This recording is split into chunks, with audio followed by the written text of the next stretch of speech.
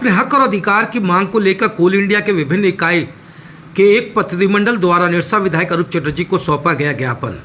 बुधवार की शाम निरसा स्थित भाकपा माले कार्यालय में ईसीएल के विभिन्न इकाई से आए हुए कोल इंडिया कर्मियों के एक प्रतिनिधिमंडल द्वारा अपने हक और अधिकार की मांग को लेकर निरसा विधायक अरूप चटर्जी को ज्ञापन सौंपा गया, जिसमें कोल इंडिया के द्वारा उनके साथ की जा रही अनदेखी के सभी बिंदुओं को उल्लेखित किया गया। उपस्थित सभी कोल कर्मियों ने कहा कि विधायक अरूप चटर्जी के प्रति सिर्फ भरोसा ही नहीं, पूर्ण विश्वास है कि कोल इंडिया के द्वारा की जा रही अनदेखी से उत्पन्न हो रही समस्याओं को समाधान निश्चित रूप से करेंगे और उसी विश्वास से साथ हम लोग विभिन्न राज्य से अपने फरियाद को लेकर आपके पास पहुंचे हैं। कोल इंडिया के सभी इकाइयों के प्रतिनिधिमंडल को संबोधित करते हुए निरसा विधायक जेबीसीसीआई के सदस्य अरूप चटर्जी ने कहा कि हम पूरी तरह से इस मामले को उच्च अधिकारियों तक पहुंचाएंगे और प्रयास करेंगे कि विभागों की लापरवाही से किसी भी कोल इंडिया के कर्मी का अहित नहीं हो तथा उनको उनके काबिलियत के मुताबिक हक और अधिकार मिले। जिस तरह से डीजीएमएस और कोल इंडिया के बीच रिस्ट्रिक्टेड और नॉन रिस्ट्रिक्टेड दो श्रेणियों में कोल कर्मियों को बांटकर उनके साथ अनदेखी की जा रही है, ये नहीं चलने दिया जाएगा। जो कोल कर्मी जिस विभाग के लिए सक्षम है उन्हें उसे विभाग में दिया जाएगा। ज्ञात हो कि कोल इंडिया के कुल 168 ओपन कास्ट माइंस है और कोल इंडिया में कोयले का कुल उत्पादन का लगभग 98% कोयला ओपन कास्ट खदान से आता है और सिर्फ मात्र 2% कोयले की आपूर्ति भूमिगत खदानों से की जाती है। फिर ओपन कास्ट विभाग में उत्तीर्ण हुए अधिकारियों को सीधे तौर पर ओपन कास्ट माइंस में बहाली क्यों नहीं की जा रही है, यह एक विषय है जिस पर कोल इंडिया को मंथन तथा चिंतन करना होगा। तथा साथ ही निरसा विधायक तथा जेबीसीसीआई सदस्य में फोन कर उच्च अधिकारियों से बात कर अगले दिन मिलने का समय मांगा, जहां वह इन प्रतिनिधिमंडल के साथ सीधे तौर पर उच्च अधिकारियों से वार्ता कर इस मामले को सुलझाने का प्रयास करेंगे।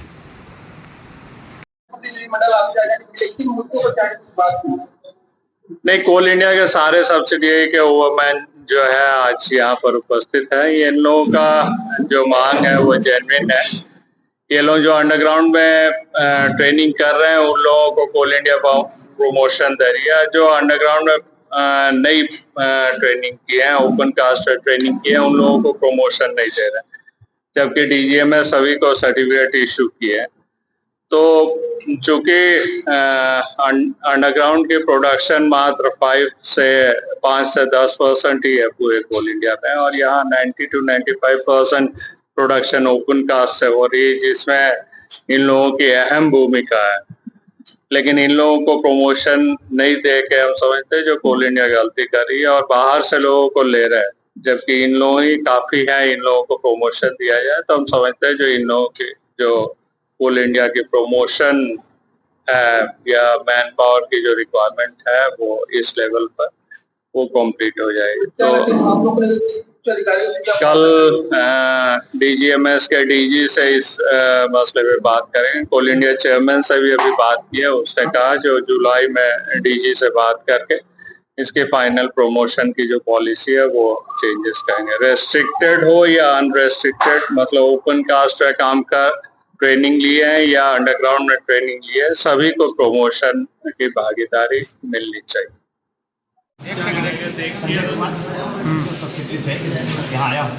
हमारी मुख्य मांगे जो डीजीएमएस के द्वारा सर्टिफिकेट रिस्ट्रिक्टेड ओपन कास्ट के लिए दिया जाता है, उसका प्रमोशन दिलवाने के लिए यहाँ पर हम लोग आए थे, ताकि हमारे विधायक महोदय और जेबीसीसीआई सदस्य जो हैं वो इसके बारे में कोल इंडिया चेयरमैन और डीजी से बात कर हमारे लिए एक उचित कार्रवाई की जाए इस पर, ताकि किसी प्रकार का भेदभाव हमारे बीच नहीं। क्योंकि ओपन कास्ट की आज की जो प्रोडक्शन मात्रा 97% है और अंडरग्राउंड की जो मात्रा है लगभग 3 या 5% है। इसीलिए हमारी जो समानता का अधिकार है उस अधिकार को प्रयोग करते हुए हमें सिर्फ कार्य के नेचर का अलग रहने के कारण हमें प्रमोशन से वंचित न रखा जाए। इसीलिए यही इतना मांग है माननीय हमारे विधायक महोदय से, हमारी रिस्ट्रिक्टेड सर्टिफिकेट जो होल्डर ओवरमैन हैं उनको प्रमोशन दिया जाए। मिल के क्या लगा विधायक, कोई सकारात्मक पहल आप लोगों की तरफ से हुई विधायक? हमें इतना ही लगा कि आज हम अपने कागजात से मिले हैं, जो हमारी मांगों को जो तरीका से सामने ही रख दिए, डीजी से बात कर लिए, चेयरमैन से बात कर लिए। हमें पूरी तरह आशा है कि हमें रिस्ट्रिक्टेड सर्टिफिकेट का प्रमोशन मिलेगा। भारत सरकार ने 2011 में ड्राफ्ट लाया, 2005 के बाद से सीन चेंज हो गया।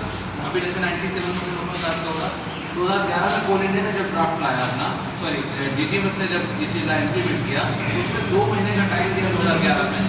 सुझाव और आपत्ति के लिए कि किसी भी मतलब जैसे पब्लिक सेक्टर प्राइवेट सेक्टर किन्हीं को भी इस चीज़ में सुझाव देना है या आपत्ति तो 2 महीने का टाइम है आप इसको गारंटी उस पर उस कमेटी 40 क्या है प्रॉब्लम हम लोग आए हैं।